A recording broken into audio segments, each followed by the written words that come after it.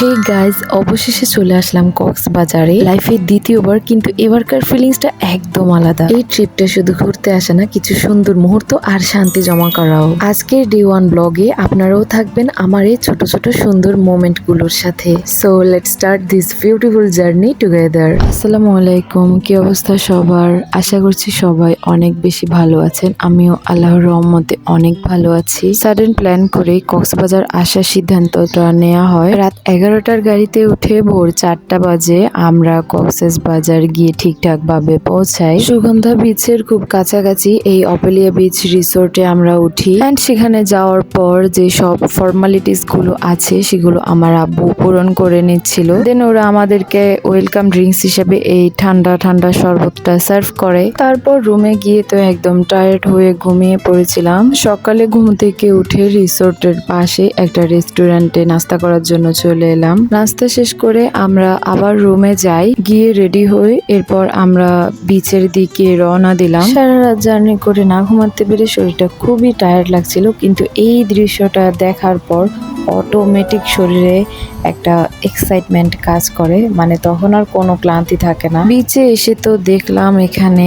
মানুষের কোনো অভাব নেই, কারণ তখন ঈদের সময় ছিল আর ওই টাইমটাতে মানুষের ভিড় থাকাটা খুবই স্বাভাবিক। যাই হোক, এরপর আমি, আমার আম্মু আর ভাই বোন মিলে আমরা সমুদ্রে ভিজতে চলে আসি। সেদিন আমার আব্বু আর সমুদ্রে নামেনি, কারণ আমাদের ব্যাগপত্রগুলো পাহারা দিচ্ছিল। তাই আমরা 4জন মিলে সমুদ্রে নেমে গিয়ে খুবই এনজয় করেছিলাম। আর এইটুকু শুধু ক্লিপস রেখেছিলাম, বাকি 2 ঘন্টা সমুদ্রের মধ্যে ভিজেছি।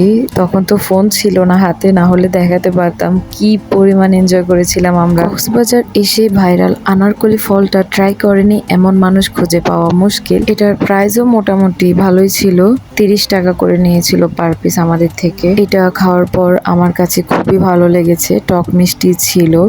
ভাইরে ভাই, এখন দেখে তো আমার আবার খেতে ইচ্ছে করছে। তারপর কাঁচা পাকা আম নিয়েছিলাম, এটাও খেতে খুবই ভালো লেগেছিল। এন্ড দেন সেখান থেকে এসে আমরা রিসোর্টে গিয়ে ফ্রেশ ট্রেশ হয়ে এখন দুপুরে লাঞ্চ করার জন্য বের হয়ে পড়েছিলাম। এখানে আব্বু অটোওয়ালা মামাদেরকে বলছিল কোন রেস্টুরেন্টে যাবে, কিন্তু কক্সবাজারের এই অটোওয়ালারা তো খুব বেশি ভাড়া চায়, সেজন্য একটু দরদাম করে নিলে ভালো হয়। লাস্টলি আমরা একটা অটোতে করে এখন রেস্টুরেন্টের উদ্দেশ্যে রওনা হই। আমরা 4জন মিলে চলে যাচ্ছি এখন, কিন্তু আমার ভাইটা আমাদের সাথে ছিল না, সে তখনও বিচেই ছিল, কারণ তার কিছু বন্ধু বান্ধব এসেছে, তো তাদের সাথে একসঙ্গে বিচে এনজয় করবে, সেজন্য আমাদের সাথে লাঞ্চ করতে আসতে পারেনি। তাই তাকে খুব বেশি মিস করছিলাম। যাই হোক, আমরা লাঞ্চ করার জন্য চলে এসেছিলাম আলগনি রেস্টুরেন্টে। এটা কক্সবাজারে খুবই নামকরা একটা রেস্টুরেন্ট। এখানে বাঙালি, ইন্ডিয়ান অ্যান্ড চাইনিজ খাবার অ্যাভেলেবেল ছিল, তো আমরা বাঙালি খাবারটাই চুজ করি। রেস্টুরেন্টটা অনেক বড়সড় একটা রেস্টুরেন্ট,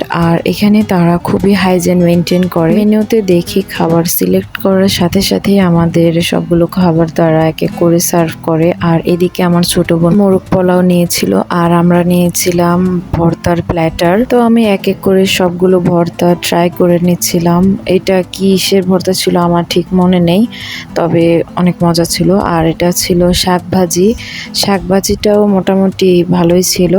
তারপর এই টমেটোর ভর্তাটা অনেক মজা ছিল ভাই, এটা খুবই মজা লেগেছে আমার কাছে। আমি তো ডিসাইড করেছি যে আমি কোনো বেলাতেই কোনো মাংস খাবো না, আমি কক্সবাজার গিয়ে শুধু মাছ ভর্তা এগুলো ট্রাই করব। তারপর আমার আব্বু কালা ভুনা অর্ডার করেছিল, তো আমিও একটু খেয়ে নিলাম, অনেক ভালো লেগেছে। আর এদিকে লইট্টা মাছ ভুনাটা আমি আমার জন্য অর্ডার করেছিলাম, তো এটা খেতেও বেশ ভালোই লেগেছিল। তবে ভাই, এই রেস্টুরেন্টের একটা খাবারের কথা না বললেই না, আমার ওই খাবারের টেস্ট এখনো মুখে লেগে আছে। এটা ছিল এই ডালটা, মানে এত পরিমাণের মজা ছিল, আমার লাইফে খাওয়া বেস্ট ডালের টেস্ট পেয়েছিলাম আমি। আর আব্বু আম্মু তাদের জন্য কি অর্ডার করেছিল আমার এখন মনে নেই, কিন্তু লাস্টলি আমি আমার জন্য লইট্টা ফ্রাইটা অর্ডার করেছিলাম। এই লইট্টা ফ্রাইটাও ভীষণ মজা ছিল, সবাই এক এক করে ট্রাই করে লাস্টে আমার ভাগে এই 2 পিসই পড়েছে। বাই দ্য ওয়ে, খাওয়া দাওয়া শেষ করে এখন আমরা আবার রিসোর্টে চলে যাই। রুমে এসে দেখি আমার ভাইও চলে এসেছে। বন্ধুদের সাথে বিচে অনেকক্ষণ নাচানাচি করতে গিয়ে তার নাকি লাঞ্চ করার কথা মনেই ছিল না। ভেবেছিলাম একটা রুম ট্যুর ভিডিও দিব,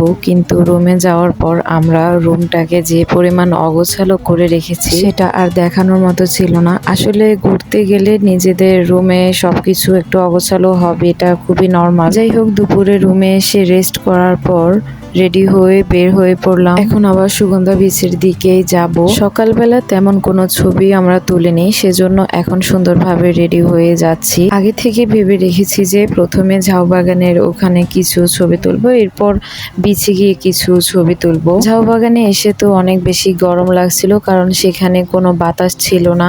তারপরও আমরা এখানে আগে কিছু ছবি তুলে নিয়েছিলাম। বিকেলের এই টাইমটাতে ছবিগুলো অনেক বেশি সুন্দর এসেছিল। ঝাউবাগানের নিচে বসে এই ফুচকার প্ল্যাটারটা অর্ডার করেছিলাম, একদমও ভালো লাগেনি আমার কাছে এই ফুচকাটা। এখন আমরা আবার বিচের দিকে চলে যাচ্ছি সানসেট দেখতে আর কিছু ছবি তুলতে। সানলাইটে পিকচার ভিডিও অনেক বেশি সুন্দর আসে, তো ওই প্ল্যান করে যাওয়া। আর এদিকে দুই টুনাটুনির একসঙ্গে হাত ধরে টিস টিস করে হাঁটা দেখে পেছন থেকে আমি তাদের ভিডিও করে রাখলাম। একদিকে আমরা 3 ভাই বোন কিভাবে ছবির পোজ দিব সেটা ভাবছিলাম, আর এদিকে আমার আব্বু ফোনটাকে এদিক থেকে ওই দিকে ঘোরাচ্ছিল, মানে কোন অ্যাঙ্গেলে ছবি ভালো আসবে সেটা বুঝতে পারছিল না। তো তারা তাদের মতো করে কোয়ালিটি টাইম স্পেন্ড করছে, আমরা আমাদের মতো করে টাইম স্পেন্ড করছি, পিকচার ভিডিওস এসব নিয়ে ব্যস্ত হয়ে পড়েছি। কিন্তু দুঃখের বিষয়, আকাশটা মেঘলা থাকার কারণে সেদিন সানসেটটা একটুও ভালোভাবে বোঝা যাচ্ছিল না, তাই সানসেটের মধ্যে সেদিন আর তেমন কোনো ছবি তোলা হয়নি। ভেবেছিলাম এখানে আরো কিছুক্ষণ থাকবো, কিন্তু ঠিক ওই সময়টাতে আমার ছোট বোনের জুতা ছিঁড়ে যায়, তাই খুবই আর্জেন্ট আমরা সেখান থেকে চলে আসি এবং একটা জুতার দোকান থেকে তাকে জুতা কিনে দেই। তারপর আমরা সেখান থেকে বের হয়ে কলাতলি রোডের দিকে যাচ্ছিলাম, সবাই হেঁটে হেঁটেই যাচ্ছি।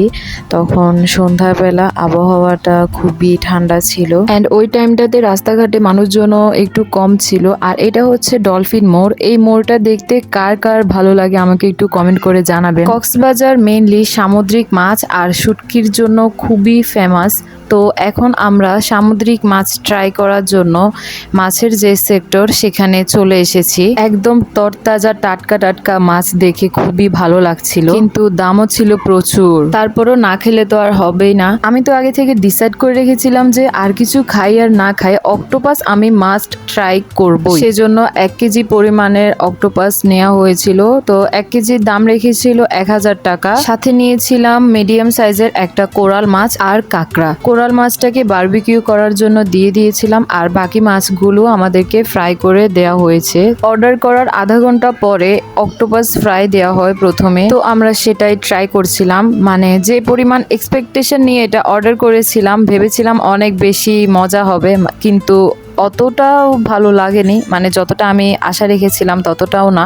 ভেতরটা আরেকটু ভালো করে কুক হলে মনে হয় মানে আরো মজা লাগতো। উপরেরটা মচমচে ছিল ঠিকই, কিন্তু ভেতরের যে অক্টোপাসটা সেটা একটু খেতে মানে রাবারের মতো লেগেছে আমার কাছে। তো যাই হোক, এরপর কাঁকড়াটা সার্ভ করা হয়েছে। আমার কাছে কেমন জানি কাঁকড়া খাওয়ার প্রতি কোনো রুচি বোধই আসে না, তারপরও একটু ট্রাই করছিলাম, কিন্তু কি আর বলবো, জাস্ট ওয়েস্ট অফ মানি। তবে এই কোরাল মাছটা ট্রাই করার পর আমার মনটাই ভালো হয়ে গিয়েছে। ভীষণ মজা ছিল, মানে গরম গরম খেতে জাস্ট অসাধারণ লেগেছে। শুধুমাত্র এই মাছটা খাওয়ার পর এতটাই স্যাটিসফাইড হয়েছি যে বাকি যে খাবারগুলো খেয়ে একটু ডিসঅ্যাপয়েন্টেড হয়েছি সেটাও ভুলে গিয়েছিলাম। আর সেখানে বসে বসে তো মানে আমি এত পরিমাণ ঝিমাচ্ছিলাম, আমার মানে চোখ পুরো লাল হয়ে গিয়েছিল ঘুমে। যেহেতু সারা রাত জার্নি করে আসার পর একটুও ঠিক মতো ঘুমাতে পারিনি, সেজন্য আমি অসুস্থ হয়ে যাচ্ছিলাম। তাই এখান থেকে খাওয়া দাওয়া শেষ করে আমরা রুমে চলে যাই। যেহেতু এগুলো খাওয়ার পর পেটটা ভরা ছিল, তাই রাতে আর ডিনারটা করা হয়নি।